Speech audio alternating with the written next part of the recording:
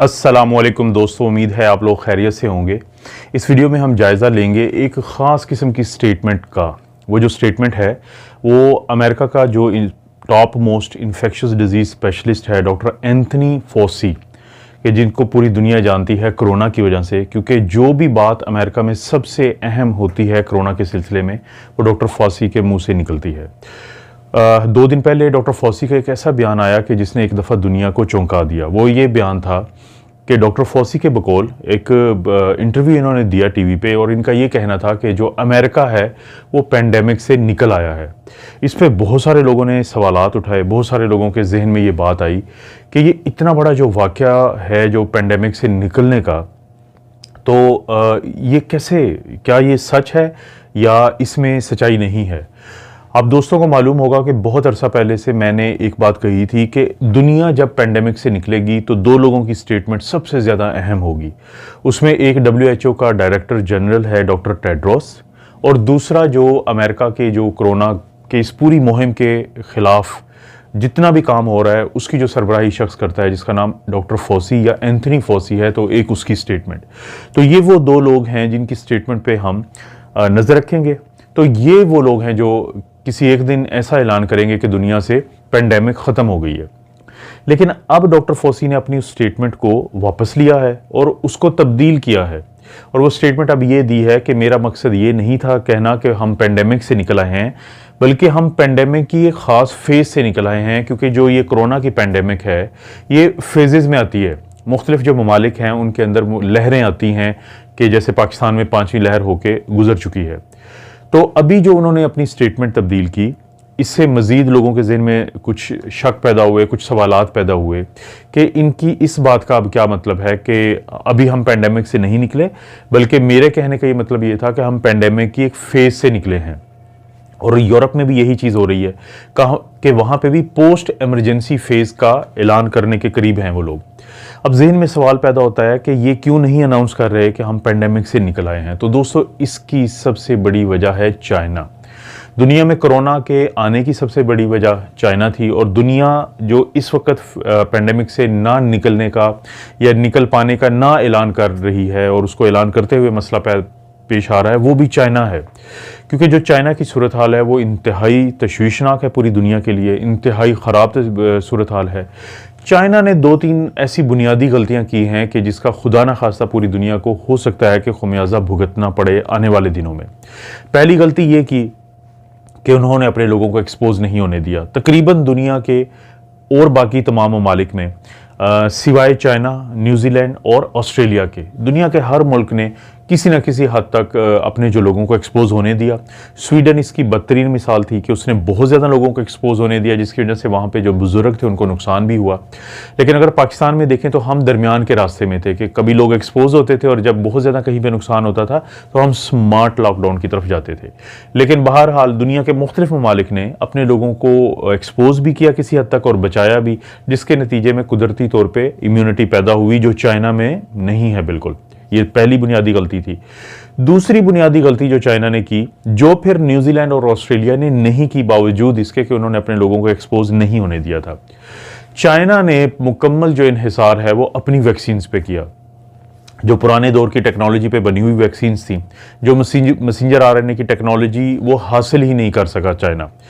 तो इन वैक्सीन्स ने वक्ती तौर पे तो कुछ असर डाला, लेकिन जाहिर है ये वो वैक्सीन्स हैं जो पुराने दौर की हैं, जिनकी टेक्नोलॉजी इस हद तक कामयाब नहीं है कि वो पेंडेमिक जैसी एक बहुत बड़ी मुसीबत के सामने खड़ा हो सके। लेकिन क्योंकि चाइना जिद में था, ना तो वो खुद मैसेंजर RNA की वैक्सीन बना सका और ना ही उसने मगरबी ममालिक की बनाई हुई जो वैक्सीन्स हैं मैसेंजर RNA की, उनको इस्तेमाल करने का सोचा।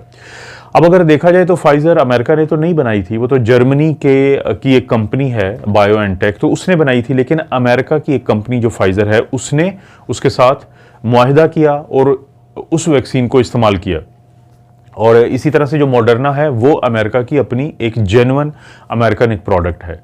लेकिन चाइना ने ऐसा कोई मुआहिदा नहीं किया हमेशा से, क्योंकि चाइना की पॉलिसी होती है कि वो वेस्ट के साथ ताल्लुकात को बड़े शक की निगाह से देखता है। तो इसके नतीजे में, इस खौफ और डर के नतीजे में चाइना ने कोई मैसेंजर RNA की वैक्सीन अपने लोगों के लिए इस्तेमाल नहीं की।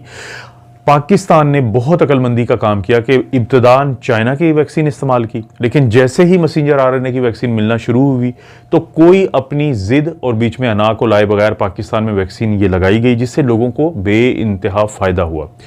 अब ना तो चाइना में कुदरती इम्यूनिटी है और ना ही वहाँ पे मैसेंजर आरएनए की वैक्सीन की वजह से जो वैक्सीन की कम से कम 6 महीने तक एक इम्यूनिटी हमें मिल सकती है इस तरह की बहुत बड़ी वबा को लड़ने में, जो बड़ी काम आती है, तो ना वो है। तो जिसके नतीजे में अब आप देख रहे हैं कि पहले शंघाई और आजकल बीजिंग का आप नाम सुन रहे हैं कि वहाँ पे बहुत तेज़ी से केसेस फैल रहे हैं। तो फौसी की जो स्टेटमेंट वापस लेने का क्या ताल्लुक है इस पूरी सूरत हाल से? दोस्तों, जब भी किसी मुल्क में जो कोरोना की वबा है वो फैलना शुरू हो जाए ज़्यादा और काफ़ी दिनों तक फैलती रहे, तो सबसे बड़ा जो ख़तरा पैदा होता है साइंटिस्ट्स को, रिसर्चर्स को, वो ये होता है कि इनमें से कुछ लोग ऐसे ज़रूर होंगे कि जिनका मुदाफ़ती निज़ाम कमज़ोर होगा, और जब वो मुदाफ़ती निज़ाम कमज़ोर होगा तो कोरोना उन जिस्मों के अंदर, उनके सिस्टम के अंदर काफ़ी दिनों तक रह सकता है। वो जब काफ़ी दिनों तक रहेगा तो वो बार बार तकसीम दर तकसीम होगा, और जब वो तकसीम दर तकसीम होगा तो ये एक कुदरती अमल है कोरोना को लेके कि क्योंकि उसमें प्रूफ रीडिंग का सिस्टम नहीं होता तो उसके दौरान वो गलतियां होते हैं उसके जेनेटिक मटेरियल में, और आखिरकार कोई ना कोई म्यूटेशन जन्म लेती है, जो इंडिया में भी हुआ, जो साउथ अफ्रीका में भी हुआ, जो ब्राज़ील में भी हुआ, क्योंकि ये वो ममालिक थे जहाँ पे कोरोना को मौका मिला ज़्यादा दिनों तक रहने का और अपने आप को रेप्लिकेट करने का या तकसीम दर तकसीम करने का। तो दुनिया 2022 का जो साल है वो बड़ी एहतियात से के साथ गुजारना चाहती है।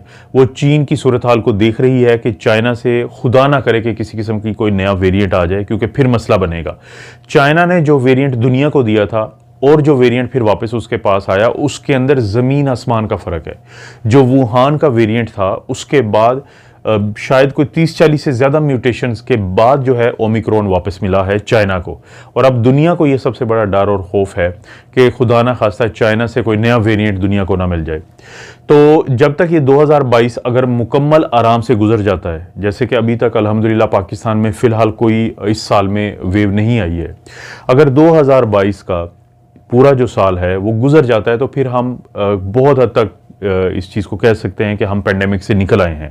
क्योंकि अभी जो है 2022 की सर्दियां आनी हैं, अभी जो है मज़ीद मौसम तब्दील होने हैं, और उसकी वजह से खुदा न खास्ता अगर कोई केसेस बढ़ते हैं तो उस पर नज़र रखनी पड़ेगी। तो ये है दोस्तों वो वजह, कि चाहे वो WHO और चाहे वो डॉक्टर फौसी हों, तो उनको कोई भी ऐसी स्टेटमेंट देते हुए बड़ा मुश्किल पेश आ रही है कि हम, यानी अमेरिका या दुनिया, अगर मैं WHO की बात करूं तो, कि पेंडेमिक से निकल आई है। इस चीज़ पे हम नज़र रखेंगे।